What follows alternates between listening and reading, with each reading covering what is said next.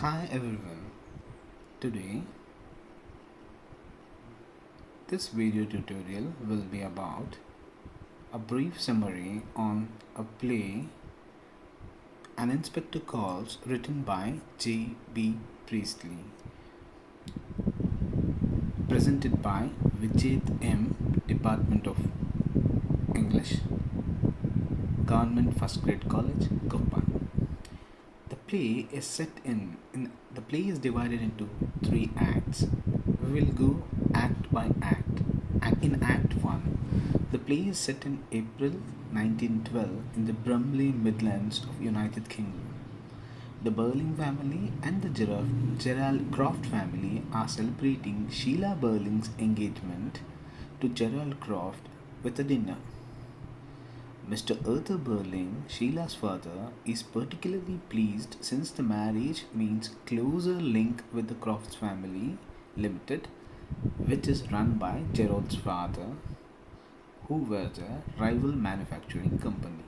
As both Burling and Croft families get united due to this marriage, Burling feels that there will be no competition between the families so that they can lower the costs and higher the prices. He is a capitalist in his thought.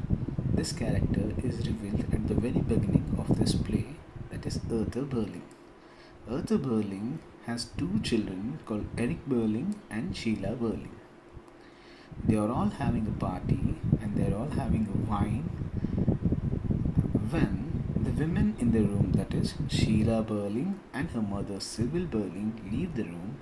Mr. Burling lectures his son Eric Burling and Gerald about the importance of every man looking out for himself if he wants to get on in life. He talks about the difficulties of life and how one should look after themselves instead of blaming others.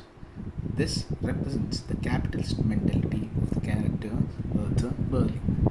Suddenly and unexpectedly, the doorbell rings during Mr. Burling's speech to Eric and Gerald Croft. They were not expecting any visitor at that time.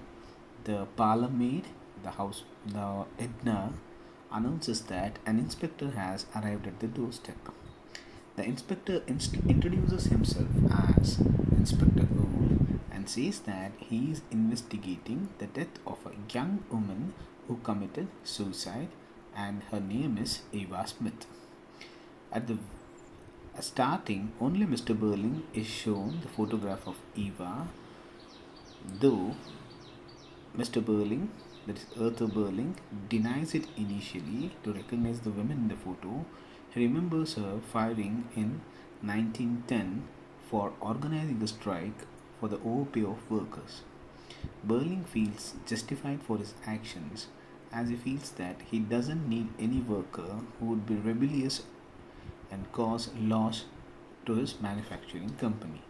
And he doesn't feel any pity or he doesn't feel any wrongdoings in his actions. Inspector then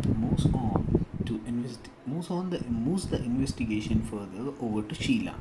Sheila recalls also having known Eva Smith when she had met her in an upmarket department store where Eva was working as a sales girl, and she had smirked at another office at her another shop assistant about the dress Sheila tried, which made Sheila angry, and Sheila made sure that Eva didn't work there from the very next day. Eva, Sheila regrets her actions and feels hugely guilty and responsible for Eva's death. Later, the inspector reveals that Eva Smith changed her name to Daisy Renton. Gerald acts guilty and Sheila notices his worry. She confronts Gerald when the inspector leaves the room.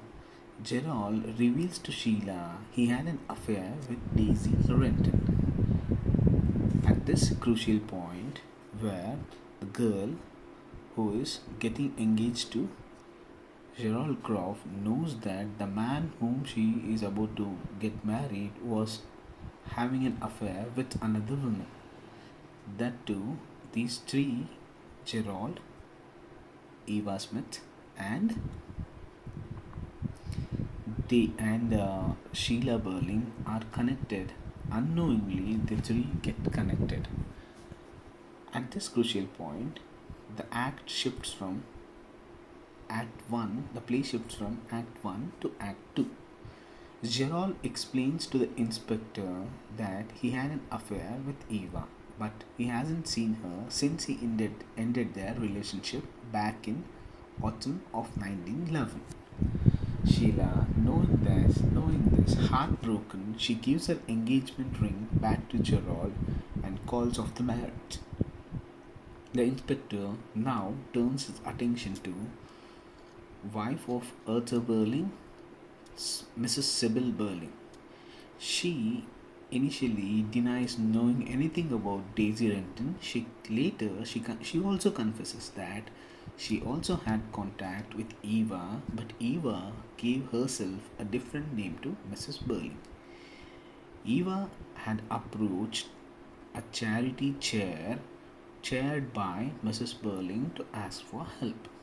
Eva was desperate and a pregnant woman who was with no or very little money, but rich Mrs. Burling refused to help Eva Smith because because Mrs. Burling felt offended when the girl, that is Eva Smith or Daisy Renton, called herself Mrs. Burling. She tells Eva that the baby's father should be made entirely responsible.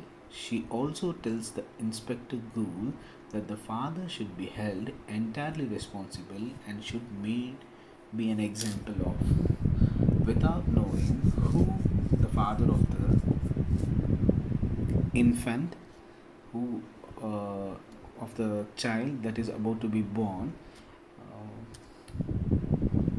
Mrs. Burling makes these statements. At this point, the play shifts from Act 2 to Act 3. Eric is revealed as the father.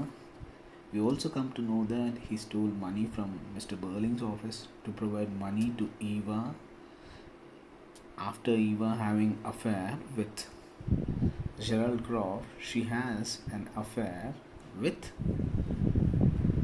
Eric, who is an alcoholic. Eric is angry at his mother when he learns that she has refused to help Eva. We also come to know that though these people have met Eva Smith, Burling family people and Gerald Croft have met Eva Smith at different points of their time, but they are all related to a single line of events connected to each other.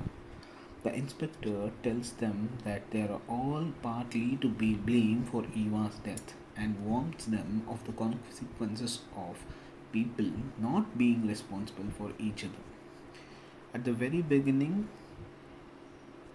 Arthur Burling talks about men making up themselves without being responsible of others, but at the end, Inspector gives a contrary statement.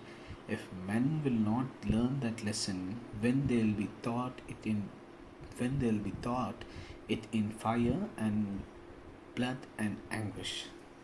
After Inspector leaves this family in a very perplexed state, the family begins to suspect that he was not a genuine police. With their doubts on, they give a call to the chief constable of Brumley Station to confirm this.